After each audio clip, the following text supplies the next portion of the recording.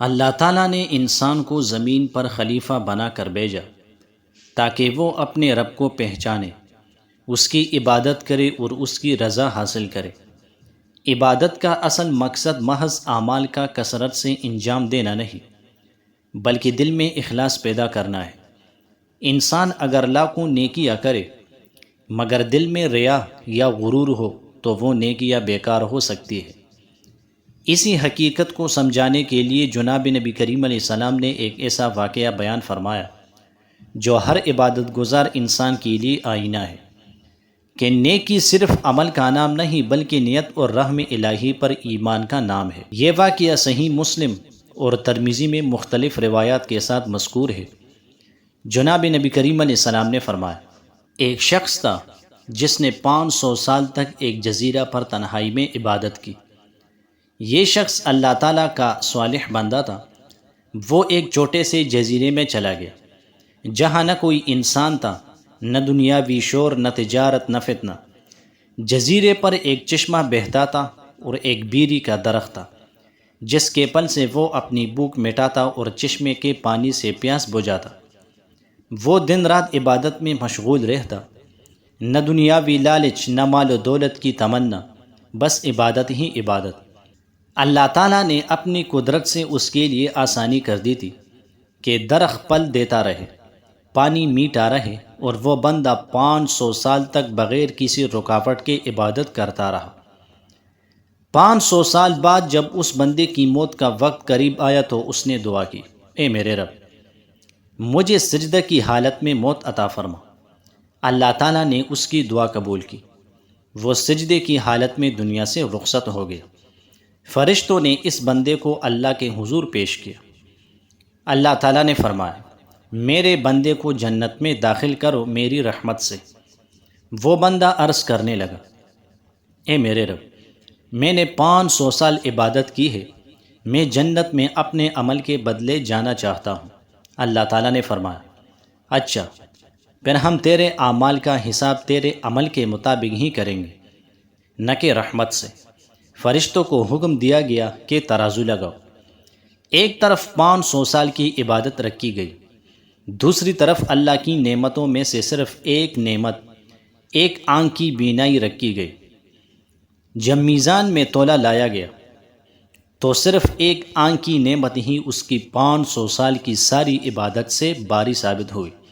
اللہ تعالیٰ نے فرمایا، اے میرے بندے، ابھی تو صرف ایک آنکھ کی نعمت کا بدلہ ترازو میں رکھا ہے، اگر میں تجھ پر باقی نعمتوں کا بھی حساب لوں، زبان، دل، دماغ، صحت، ہوا، زمین، پانی، تو تیرا عمل کہاں جائے گا؟ اب وہ بندہ گھبرا گیا، عاجزی سے عرض کیا، اے میرے رب، مجھے تیری رحمت ہی کافی ہے، میں تیرے فضل سے ہی جنت چاہتا ہوں۔ اللہ تعالیٰ نے فرمایا، میرے بندے، تمہیں جنت میری رحمت سے ہی ملے گی، نہ کہ تیرے عمل سے۔ ایک روایت میں یہ اضافہ ہے کہ اللہ تعالیٰ نے فرمایا، تم نے جزیرے میں جو پانی پیا، اگر وہ میری نعمت نہ ہوتی تو تم ایک دن بھی زندہ نہ رہتے۔ 500 سال کی عبادت ایک گلاس پانی کے بدلے میں مٹ گئی۔ اگر اللہ اپنی نعمتوں کا حساب لیتا تو کوئی انسان نجات نہیں پا سکتا۔ یہ واقعہ ہمیں یہ سمجھاتا ہے کہ عبادت میں غرور نہیں، اخلاص ہونا چاہیے۔ عبادت کا مقصد فخر نہیں بلکہ عاجزی ہے۔ اگر انسان یہ سمجھے کہ وہ اپنی عبادت سے جنت کا حقدار ہے تو وہ دراصل اللہ کی رحمت کو بھول بیٹھا ہے۔ قرآن میں اللہ تعالیٰ فرماتا ہے، میری رحمت ہر چیز پر وسیع ہے، نجات صرف اللہ کے فضل سے ممکن ہے۔ جناب نبی کریم علیہ السلام نے فرمایا، کسی کو بھی اس کے اعمال جنت میں داخل نہیں کریں گے۔ صحابہ کرام رضی اللہ عنہم اجمعین نے عرض کیا، یا رسول اللہ صلی اللہ علیہ وسلم، آپ کو بھی نہیں؟ جناب نبی کریم علیہ السلام نے فرمایا، مجھے بھی نہیں، مگر یہ کہ اللہ اپنی رحمت سے ڈانپ لے۔ اللہ کی نعمتوں کا شکر ضروری ہے۔ انسان اکثر اپنی عبادت پر فخر کرتا ہے مگر یہ نہیں سوچتا کہ عبادت کرنے کی توفیق بھی اللہ ہی کی نعمت ہے۔ قرآن پاک کی ایک آیت کا ترجمہ ہے، تمہارے پاس جو بھی نعمت ہے وہ اللہ ہی کی طرف سے ہے۔ 500 سال کی عبادت کا واقعہ دراصل انسان کے غرور کو توڑنے کے لیے بیان کیا گیا ہے۔ اس سے پتہ چلتا ہے کہ عبادت کا اصل مقصد اللہ کی رضا ہے، نہ کہ جنت حاصل کرنا۔ اللہ تعالیٰ اپنی مخلوق پر بے حد رحم کرنے والا ہے۔ وہ چاہے تو ایک پل کی توبہ پر بخش دے، اور چاہے تو صدیوں کی عبادت کو بے وزن کر دے اگر اس میں اخلاص نہ ہو۔ ایک اور روایت میں آتا ہے کہ قیامت کے دن ایک عابد کو لایا جائے گا جو 50 سال عبادت میں مشغول رہا۔ اللہ تعالیٰ اس سے پوچھے گا، تم جنت کیسے چاہتے ہو؟ وہ کہے گا، اپنے عمل کے بدلے۔ اللہ تعالیٰ حکم دے گا کہ اسے جہنم میں ڈال دو۔ وہ فریاد کرے گا، اے رب، مجھے اپنی رحمت سے بخش دے۔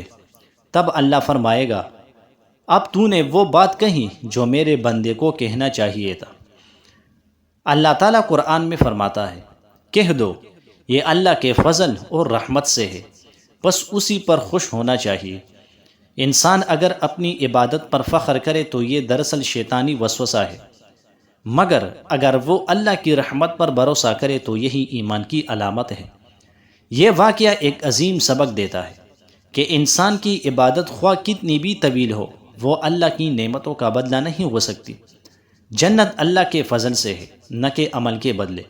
عبادت کا اصل حسن نیت اور اخلاص میں ہے۔ انسان کو ہمیشہ عاجزی کے ساتھ عبادت کرنی چاہیے، کیونکہ نجات صرف اللہ کی رحمت میں پوشیدہ ہے۔ 500 سال کی عبادت کا یہ واقعہ محض کہانی نہیں، بلکہ انسان کے غرور کو ختم کرنے کا پیغام ہے۔ اللہ تعالیٰ انسان کو یاد دلاتا ہے کہ میں تمہیں اپنی عبادت کی توفیق دیتا ہوں، تمہیں صحت، وقت اور ایمان دیتا ہوں، پھر تم مجھ سے حساب کیسے برابر کر سکتے ہو؟ پس ہمیں ہمیشہ کہنا چاہیے، اے اللہ، ہم تیری رحمت کے محتاج ہیں، اپنے فضل سے ہمیں جنت عطا فرما۔